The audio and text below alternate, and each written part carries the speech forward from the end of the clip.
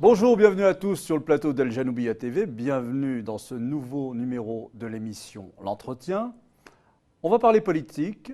Pour ce faire, j'ai le plaisir d'accueillir François Asselineau, qui est le président, vous êtes le président de l'UPR, et vous avez été candidat aux dernières élections présidentielles françaises.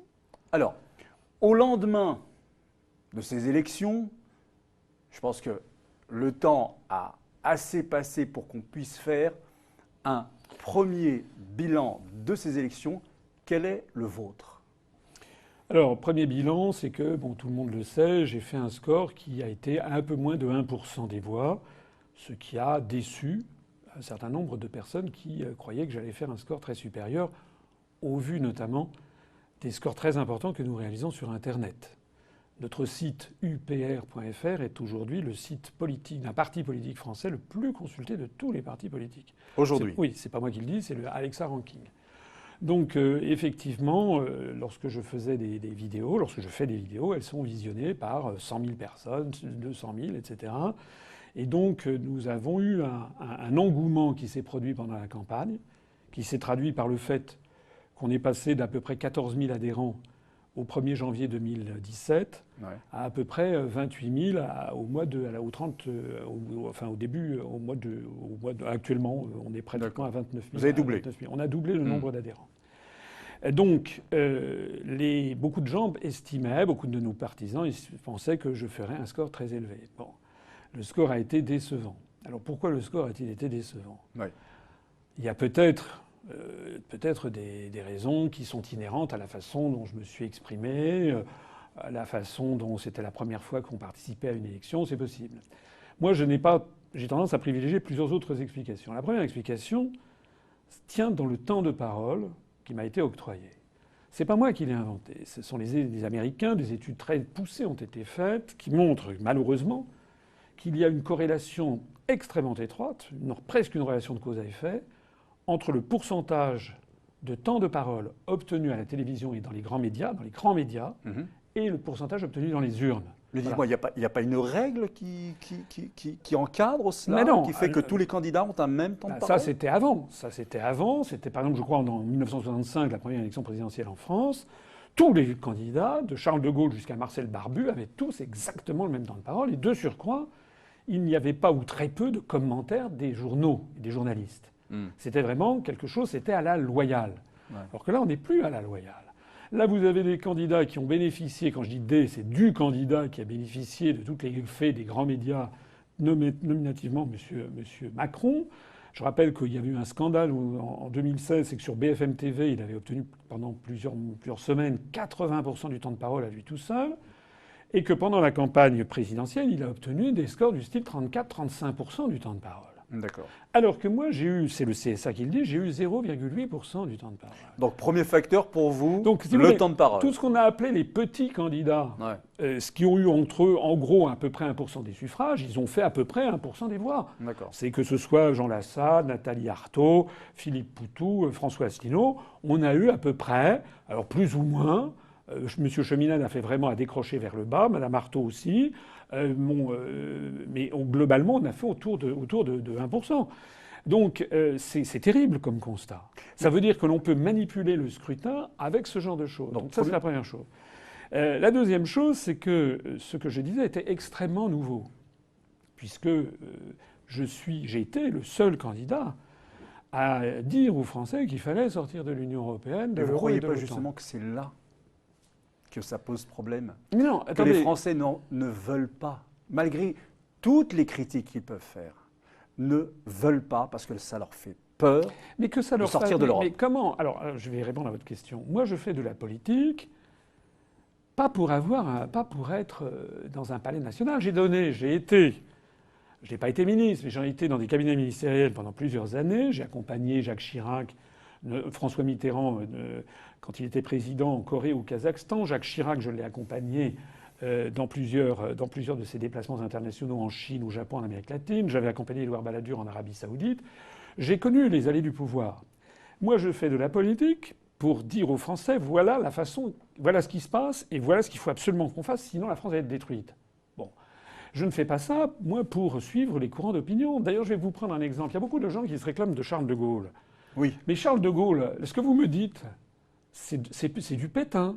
C'est Pétain qui disait, après la défaite, eh bien, écoutez, voilà, les Français ont peur de continuer. C'est exactement ça. De Gaulle, en 1940, le 18 juin 1940, s'il y avait eu un sondage, ils auraient donné moins de 1% des Français qui étaient derrière Charles de Gaulle après son discours du 18 juin. D'ailleurs, il l'a dit. À la fin de l'été 40, à l'automne 40, il a dit qu'il avait eu avec lui quelques juifs, quelques poètes et les pêcheurs de l'île de Sein. C'est-à-dire que l'écrasante majorité des Français, et d'ailleurs des élites françaises, des dirigeants du monde économique, universitaire, politique, s'étaient rangés derrière Pétain parce que ça paraissait raisonnable. Raisonnable, d'accord. Mais Voilà. vous savez, François Asselineau, comparaison n'est pas toujours raison. Nous ne sommes plus dans une situation de guerre. Et en fait, ce qui s'est peut-être passé, c'est que avec l'Europe, les Français, les citoyens français, ont adopté une façon de vivre. On ne parle pas de guerre là, ou de collaboration avec un ennemi, mais une façon de vivre qui leur correspond en définitive et dont ils n'ont pas envie qu'ils n'ont pas envie de changer. Et que venir avec « on doit quitter l'Europe au lendemain de mon élection », peut-être que ça a fait peur à Mais ces gens-là. Mais peut-être. Mais moi, encore une fois, je suis là pour dire aux gens la vérité. D'accord. D'ailleurs, ce que je vois, c'est que depuis les élections, depuis le 5 juillet dernier, donc après les élections présidentielles et législatives, et les résultats décevants, certains ont dit, vous savez, vous êtes morts. Pas du tout.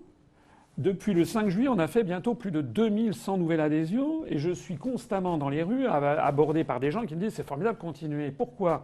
Parce que les gens, ils m'ont découvert. Ils ont découvert des raisonnements que personne ne leur avait tenus. Ils ont découvert quelqu'un qui connaissait les traités européens, qui leur citait les articles. J'ai été brocardé là-dessus. Bon.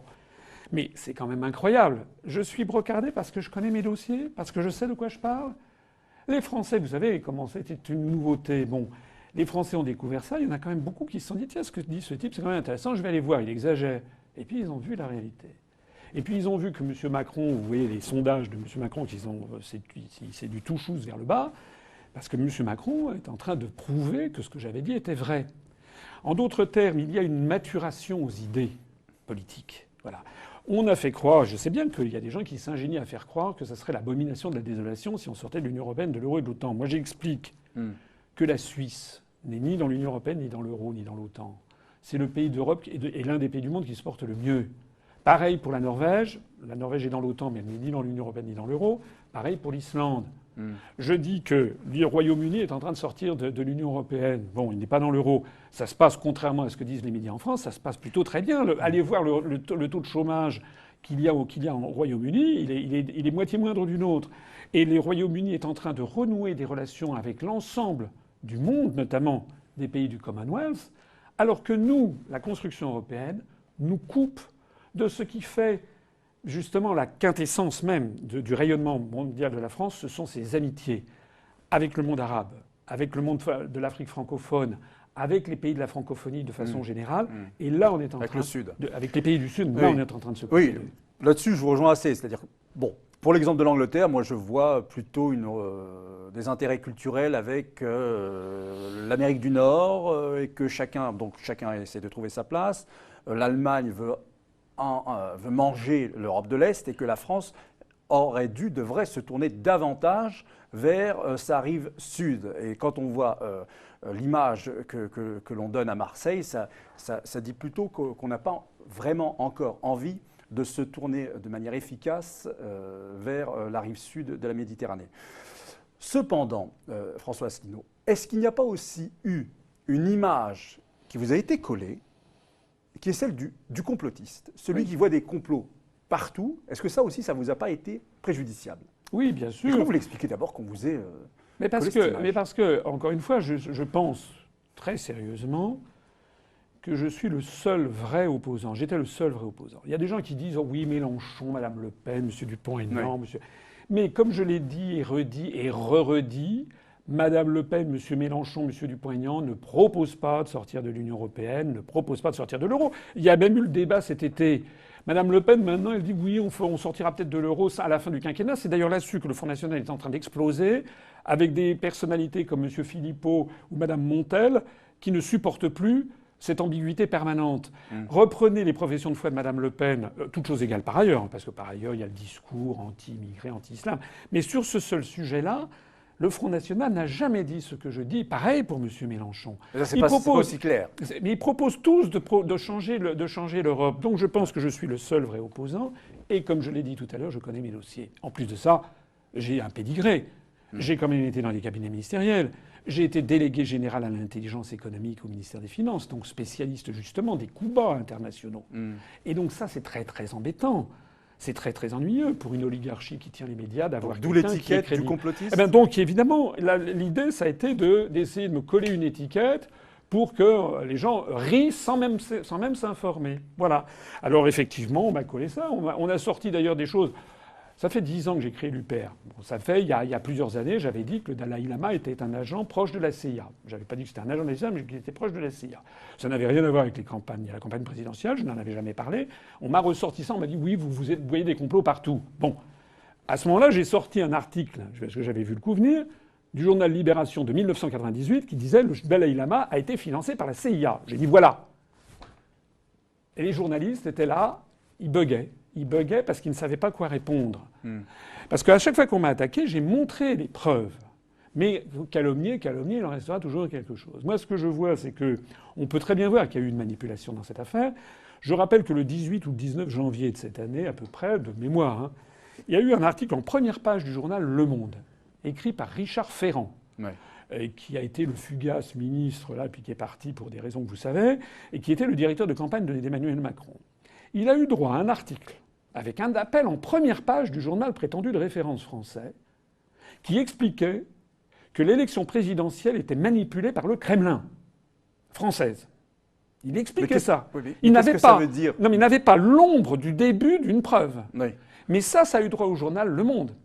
Lorsque moi j'ai dit pendant l'élection présidentielle, à un moment, on m'a attaqué parce que j'avais dit que derrière le terrorisme, il fallait regarder un petit peu le financement par le Qatar de Daesh. On m'a traité de complotiste, de conspirationniste. J'ai rêvé ou quoi? C'est M. Macron, président de la République, qui l'a dit il y a 3 jours. D'un seul coup, plus personne ne dit que c'est du complotisme. Voilà. C'est-à-dire que c'était évidemment une attaque contre moi, pour essayer de me décrédibiliser. Voilà, c'est tout. D'accord. Ce qui prouve quoi? Ce qui prouve que je suis vraiment quelqu'un qui fait peur. Regardez ce qui se passe en ce moment. Tous les grands médias en France chantent les louanges de M. Mélenchon. Mélenchon serait l'opposant au système, le premier opposant. Mais Mélenchon et ses troupes, là, depuis qu'ils sont à l'Assemblée nationale, c'est quoi leur bilan? Ils viennent d'arriver. Oui, mais qu'est-ce qu'on a appris? On a appris qu'ils venaient, ils sont comme vous, ils viennent sans cravate à l'Assemblée nationale. Voilà. C'est ça, paraît-il, le truc super révolutionnaire. Vous êtes un révolutionnaire? Le fait de ne pas porter ses cravates, maintenant, c'est d'ailleurs Macron avait fait campagne sans porter de cravate. Et puis maintenant, on apprend que les cadres de Goldman Sachs ne portent pas de cravate. Et puis Obama, au G8, avait demandé à Hollande de retirer sa cravate. On a focalisé, mais je ris pas. Il y a eu un grand débat sur ces questions. Mais depuis que M. Mélenchon et consorts sont à l'Assemblée nationale, combien de fois vous les avez entendus dire que, par exemple, la loi travail de Mme Pénicaud est l'application fatale des grandes orientations des politiques économiques fixées par la Commission européenne en vertu de l'article 121 du traité sur le fonctionnement de l'Union européenne? Combien de fois? Combien de fois M. Mélenchon et ses députés ont-ils expliqué aux Français qu'on ne peut pas changer l'Union européenne puisqu'il faut l'unanimité en vertu de l'article 48 du traité? Combien de fois ont-ils dit qu'il y avait une seule possibilité de lutter contre les travailleurs détachés, c'était de sortir de l'Union européenne par article 50? Jamais. Ils font croire, comme Mme Le Pen, ce sont des leurs, ce sont des gens qui sont là, des mouvements politiques qui sont là pour canaliser le mécontentement populaire et comme un paratonnerre, l'envoyer comme on envoie la foudre dans la tête. Mais n'est-ce pas cela, faire de la politique, François Asselineau? N'est-ce pas justement cela? Et vous êtes engagé en politique. Mais écoutez, encore une fois, je vais vous reprendre l'exemple de Charles de Gaulle. Comment voulez-vous que les Français puissent imaginer que l'on peut sortir de l'Union européenne, de l'euro et de l'OTAN si personne, sur la sphère politique, de l'extrême droite à l'extrême gauche, en passant par l'extrême centre, ne leur dit que c'est possible. Il y a énormément de Français qui ont découvert, avec ma candidature, des quantités de choses. Et d'ailleurs, moi, pourquoi j'ai pu être candidat? Pourquoi j'ai eu les 500 parrainages? C'est parce que, c'est pas évident, hein, mais parce que nous avons bénéficié, notamment auprès des maires des petits villages, d'un événement exogène, extérieur, qui était le vote des Britanniques pour le Brexit. Et donc c'était un argument fort que nous avons eu en allant voir les maires des villages de France. Il y en a beaucoup qui disaient comme vous, oh là là, on ne peut pas sortir. Je me dis, mais attendez, monsieur le maire, attendez, on vous demande pas de participer. On peut pas sortir, moi. Mais moi, les maires, il y avait des maires qui disaient ça. Et on disait, mais monsieur le maire, vous n'êtes pas là pour être pour ou contre. Ouais. Vous êtes là pour dire, est-ce que ce monsieur a des choses intéressantes à dire à l'Assemblée lors de la campagne? Regardez ce qui se passe au Royaume-Uni. Ce qui se passe au Royaume-Uni est la preuve. Parce que le Royaume-Uni a quand même une longue histoire de lutte pour les libertés individuelles et la démocratie depuis la Magna Carta de 1215. Donc, les maires, on leur disait, voilà, il est légitime qu'un candidat puisse expliquer aux Français ce qui vient d'être expliqué. Ils ont défendu votre légitimité à porter le discours nouveau que vous apportez. Absolument. Mais encore une fois, qui est-ce qui disait en 1940 voilà, Français, vous avez la mémoire courte, on a été battus, il faut avoir une collaboration pour bâtir, etc. C'était Pétain, d'ailleurs. Vous savez, la collaboration, c'est ce que c'est, la collaboration? On parle toujours ici en France des collabos. Pétain qui rencontre Hitler à Montoire en novembre 1940, donc dans le sud-ouest, dans une gare. Et c'est là que se débute la politique de collaboration. La fameuse photo, la fameuse poignée de main. Alors tout le monde parle de ça. Mais chose curieuse, les livres d'histoire omettent la phrase. Lorsque, une semaine après ou 5 jours après, Pétain parle au micro en disant qu'il a rencontré Adolf Hitler à Montoire pour lancer une politique de collaboration, il dit politique de collaboration pour bâtir ensemble une nouvelle Europe. Europe, absolument, absolument. C'est-à-dire que la politique de l'Allemagne hitlérienne, c'était bâtir une Europe sous domination allemande. D'accord, mais c'est pas la même Allemagne. C'est l'Allemagne. Non, mais c'est pas la même Allemagne. Mais bien entendu que, alors évidemment, ça n'est pas la même Allemagne. On se sent heureusement qu'il n'y a pas de concentration. Et heureusement que c'est un pays apparemment c'est une démocratie. Les libertés individuelles sont respectées. À peu près, d'accord. C'est vrai. Mais il n'en demeure pas moins que c'est quand même un pays étranger. Lorsque moi je vois Emmanuel Macron qui reçoit à l'Élysée pendant un conseil des ministres. Vous avez vu cette photo terrifiante où on voit le président de la République française, théoriquement M. Macron, qui est là. Alors il n'est pas aidé par son âge parce qu'il fait un petit peu gamin. Et à côté de lui, il y a M. Sigmar Gabriel, qui est le vice-chancelier d'Allemagne, qui est là, qui écoute. Et puis il y a Macron qui est là. On a l'impression de quelqu'un qui passe un oral de grand concours. Je suis désolé, ça s'appelle une situation de suggestion et de vassalisation. De la même façon que quelques jours auparavant, Macron avait organisé à Paris, avec le président du Niger et le président du Mali, une réunion sur les questions migratoires. C'est là où d'ailleurs il a fait machine arrière, parce qu'il avait dit qu'il allait créer des hotspots en Libye, puis ça ne marche pas. Bon.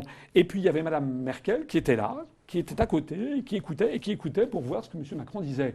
Mais ça s'appelle une situation de vassalisation que l'on retrouve ô combien sur la question notamment de l'euro. Eh bien moi je vous dis que les Français n'accepteront pas longtemps encore une société de suggestion parce que la France, c'est le pays des hommes libres étymologiquement. Français, ça veut dire libre. Les Français, il y a effectivement, je comprends que les Français, vous dites qu'ils se sont habitués à l'Europe parce qu'on leur a pas expliqué, on leur a fait croire que l'Europe c'était la paix, etc. Alors que l'Europe. Mais c'est la. Alors si je vous dis une chose, sous forme de question. Vous croyez que les Libyens trouvent que l'Europe c'est la paix? Non, c'est la paix entre Européens. La différence est importante. Est-ce que cette Europe, finalement, l'Europe, c'est l'Allemagne et la France? C'est mettre fin à une guerre, un conflit entre l'Allemagne et la France. Et ça a marché. Non, ça c'est. Est-ce que sortir de l'Europe, casser l'Europe, c'est pas redonner chance dans les années qui viennent, peut-être en plus qu'une crise continuant sa progression faciliterait justement un nouveau conflit? Non, alors entre l'Allemagne et la France. Alors d'abord, vous avez dit l'Europe, c'est pas c'est pas la France et l'Allemagne. Ça, c'est une vieille lune qui remonte aux années 60 du temps de De Gaulle et du prétendu couple franco-allemand. Lorsque De Gaulle avait fait d'ailleurs un traité de l'Élysée en 63 avec l'Allemagne, mais dans l'esprit de De Gaulle, c'était pour découpler l'Allemagne des États-Unis d'Amérique. Bon, en fait, ça n'a pas marché. Je renvoie à ma conférence qui s'appelle « Qui gouverne la France ?», qui est sur Internet, où j'explique comment le traité de l'Élysée a été signé, je crois que c'est le 22 février 63, et en juin 63, le Bundestag en Allemagne a vidé de substance ce que voulait faire De Gaulle en disant de toute façon l'Allemagne appartient au camp atlantique, aux États-Unis, etc. Bon. Mais le temps a passé. L'idée selon laquelle l'Europe obéirait à la France et à l'Allemagne, c'est une idée de dingue. C'est d'ailleurs l'idée de Macron. Il a repris à son compte cette idée. Vous avez vu comment il s'est fait recevoir dans les pays de l'Est, avec la première ministre de Pologne qui a dit « Mais attendez, en vertu de quoi? C'est pas la France qui dicte aux autres ce qu'il faut faire. Est-ce que vous imaginez, mettez-vous un instant dans la peau des dirigeants espagnols, italiens, britanniques, polonais, hongrois, roumains, etc., lorsqu'ils voient le président de la République française et le chancelier d'Allemagne qui disent « L'Europe, c'est le couple franco-allemand », mais ils leur disent « Allez vous faire cuire un œuf ». Bon, c'est exactement ce qu'a dit la Première ministre.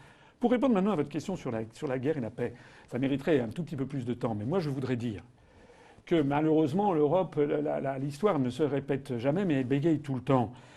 Les spécialistes de la guerre savent que les risques de guerre apparaissent entre des pays qui sont d'un côté des pays pauvres, en très forte croissance démographique, d'autre côté des pays en implosion démographique, en effondrement. Oui. On n'a jamais vu des pays... L'Allemagne, en ce moment, personne n'en parle de trop, mais un des problèmes majeurs de l'Allemagne, c'est la dépopulation. C'est un pays, je crois que dans quelques années, il y aura les plus de 65 ans, ça sera 40% de la population. Pyramide des âges inversés. Voilà. J'en parle beaucoup. Donc, si risque de conflit il y a, c'est des deux côtés de la Méditerranée, vous le savez très bien, ou avec le monde arabo-musulman, ou avec le monde russe. C'est la raison pour laquelle, moi, je dis que ce qu'il faut pour assurer la paix aujourd'hui, c'est que la France renoue avec son histoire, qu'elle renoue avec des relations avec la rive sud, avec la Russie, avec la Chine. Parce qu'on est en train de reconstituer, mine de rien, la situation qui a mené à la guerre de 14. C'était quoi la guerre de 14 ? C'était l'alliance entre la France, le Royaume-Uni, l'Empire des Tsars et la Serbie, pour, paraît-il, assurer la paix face à la menace des empires centraux, qui étaient l'Empire austro-hongrois et l'Empire du Reich bismarckien. Maintenant, si vous comprenez ce qui se passe, imaginez que à la place des empires centraux, maintenant, c'est le monde arabo-musulman, c'est le monde russe, que l'on présente de plus en plus comme nos ennemis. Du temps de De Gaulle, on n'avait pas d'ennemis désignés. On avait une défense erga omnes, comme on dit en latin, c'est-à-dire la France assurait sa souveraineté par l'intermédiaire de sa défense nucléaire, et donc la France était souveraine. Mais on n'avait pas des ennemis désignés. Alors que maintenant, constamment, on a de plus en plus des ennemis désignés. Et M. Macron passe son temps à distribuer des satisfecit ou des mauvais points. Alors il tense le président Poutine, il tense le Venezuela, il condamne la Corée du Nord. Il condamne ci, il condamne ça, mais en vertu de quoi? C'est pas bien. La France doit reconnaître les États, ne reconnaît pas les régimes, elle ne doit pas être naïve. Et pour avoir la paix, il faut entretenir des relations d'amitié, de coopération avec l'ensemble des pays du monde, et en particulier pour ce qui concerne la France, avec la francophonie. Lorsque le Maroc a demandé à entrer dans l'Union européenne, on lui a dit non. Alors, je comprends qu'on puisse lui dire non, mais ça veut dire simplement que le périmètre géographique n'a pas de sens. Parce que les relations de la France avec le Maroc, l'Algérie, la Tunisie, le Sénégal, le Mali, le Gabon, mais aussi le Canada, mais aussi le Liban, la Syrie ou le Vietnam, etc., sont beaucoup plus importantes qu'avec la Slovénie ou avec l'Estonie. Donc c'est en fait le périmètre de l'Union européenne qui est absurde. C'est ça la réalité. Est-ce que vous n'avez pas aussi, François Asselineau, finalement été un petit peu déçu de cette croyance selon laquelle, enfin, beaucoup, je pense, en reviennent aujourd'hui, croire qu'Internet, c'était quelque chose qui forcément donnait une image à peu près réelle de ce qui se passe dans les esprits des gens, et que forcément, ça allait donc peser sur les élections présidentielles? Alors oui, en partie, je pense, et je ne suis pas le seul, parce que notre site, je le disais je crois tout à l'heure, upr.fr, est le site le plus consulté de tous les partis politiques français. C'est pas moi qui le dis, c'est Alexa Ranking. Et donc je pense effectivement, on a des scores très importants sur mes entretiens d'actualité, sur des vidéos de conférences en ligne, on est à plusieurs centaines de milliers de passages. Il y a aussi des petites vidéos très brèves où je parle pendant 2-3 minutes, où on a dépassé les 1 500 000 vues. Donc c'est vrai que je pense que j'avais surestimé l'impact d'Internet. Cela étant, nous sommes dans un monde en transition. Oui. Parce qu'on assiste à une décrue des grands médias et à une montée constante d'Internet. Donc, je pense que le constat est quand même juste, mais c'est encore prématuré. C'est-à-dire que, d'ailleurs, j'ai fait 0,92%, presque 1% des suffrages de l'élection présidentielle. Bon. Mais je rappelle, par exemple, M. Le Pen, avec lequel je ne me compare pas, sauf sur ce point-là, la première fois qu'il a été candidat à l'élection présidentielle, c'était en 81, il était beaucoup plus connu, il avait été député, il avait fait tout un truc, il avait été poujadiste, il avait fait 0,6% des suffrages. Donc la preuve que, alors que j'ai été blacklisté par les grands médias pendant des années, si j'ai obtenu quand même près de 1% des suffrages, c'est pas grâce à la campagne de 5 semaines à la fin. Ouais. C'est essentiellement parce que nous avions planté des graines depuis 10 ans sur Internet. Et actuellement... Il y a aussi, au-delà d'Internet, il y a un travail de terrain. Voilà. Il y a un travail de terrain. Nous sommes en train de... Nous avons réhabilité ce que c'est la politique. Nous avons 28 700, bientôt 29 000 adhérents. Ce sont des gens qui adhèrent à l'UPR. Ce sont des gens bien, vous savez, parce qu'ils n'adhèrent pas à l'UPR ni pour avoir des prébendes, ni pour avoir un siège, ni pour avoir un HLM, ni pour avoir de l'argent. Ils savent qu'ils sont là pour défendre une certaine idée de la France, pour aller militer, distribuer des tracts, dépenser de leur temps, un petit peu de leur argent, de l'essence pour aller coller des affiches. C'est la raison pour laquelle, d'ailleurs, notre mouvement politique, vous savez, nous avons 0 € de dette et on y tient. On n'a aucun emprunt bancaire. On n'a pas de financement public. Nous ne sommes financés que par nos adhérents et nos donateurs. On est en train de réhabiliter la politique dans sa noblesse. Je suis convaincu que le travail de terrain va continuer à payer. Nous nous préparons maintenant les prochaines grandes élections nationales. Alors là, il y a les sénatoriales, mais ça, ce sont des élections de notables. Mais la prochaine grande élection, c'est les élections européennes qui auront lieu en juin 2019, dans 1 an et demi. Et là, on va se mettre dès l'année prochaine en ordre de bataille, si j'ose dire, pour être présent à ces élections. Et j'espère qu'on va augmenter encore notre score. Mais c'est vrai que, si vous voulez, j'ai parfaitement notion et conscience de ce que je dis. Hein. C'est ce que je propose, la sortie de la France de l'Union européenne, de l'euro et de l'OTAN, c'est pas une bagatelle. Ah, oui. C'est un changement géopolitique majeur. Et l'on comprend que des forces géopolitiques ou aient intérêt à ce que ça ne puisse pas se développer. Mais nous avons le sens de l'histoire pour nous, et vous le verrez. Regardez, l'Union européenne est en pleine capilotade, c'est en train de se désintégrer. On est un peu comme la fin de l'Union soviétique. Il y a beaucoup de points communs entre l'Union européenne et l'Union soviétique. C'est la fin, c'est une idéologie qui est moribonde. Regardez, M. Macron, il est allé faire son sketch, sa com là, à Athènes, en disant il faut la refondation de l'Europe. Mais refondation de l'Europe, ça fait 20, 30 ans, 40 ans qu'on entend parler de refondation de l'Europe. Le problème, c'est qu'on veut mettre de force 28 États. Parce qu'ils sont contigus les uns à côté des autres, on veut qu'ils s'entendent sur tous les sujets. C'est complètement absurde. Mais pourtant, les candidats qui présentent cela, ce que vous décrivez comme absurde, ce que vous trouvez absurde vous, eh bien, ils ont fait des scores bien plus importants que les candidats qui prétendent le contraire. Oui, mais... D'abord, Mme Le Pen a quand même fait un score. Deuxièmement, oui, et elle a perdu là-dessus. Oui, deuxièmement, mais c'est possible. Mais de toute façon, Mme Le Pen, d'ailleurs, ne proposait pas de sortir de l'Union européenne, je l'ai déjà dit. Mais comment voulez-vous que des Français, des citoyens normaux, si j'ose dire, qui s'intéressent un petit peu à la politique, mais pas spécialement. Vous savez, il y a un Français, c'est comme tous les peuples. Il y a des gens, une petite minorité qui s'intéresse, qui est passionnée par la politique, mais il y a beaucoup de gens, ils jettent un œil de temps en temps. Comment voulez-vous que ces gens, qui depuis qu'ils sont petits, ils entendent à l'école, à la radio, à la télé, dans les journaux, etc., que l'Europe c'est la paix, que l'Europe c'est ci, que l'Europe c'est formidable, c'est les voyages, c'est Erasmus, et si ça n'a que des avantages, et que si on est contre, on est un salaud, un facho, un conspirationniste. C'est ça qui les forme. Comment voulez-vous que les Français se disent « je vais voter pour un monsieur que je ne connais pas », qui déboule d'un seul coup en 5 semaines et qui me dit tout le contraire. Donc normalement, j'aurais dû faire quelque chose de ridicule comme chiffre, comme pourcentage.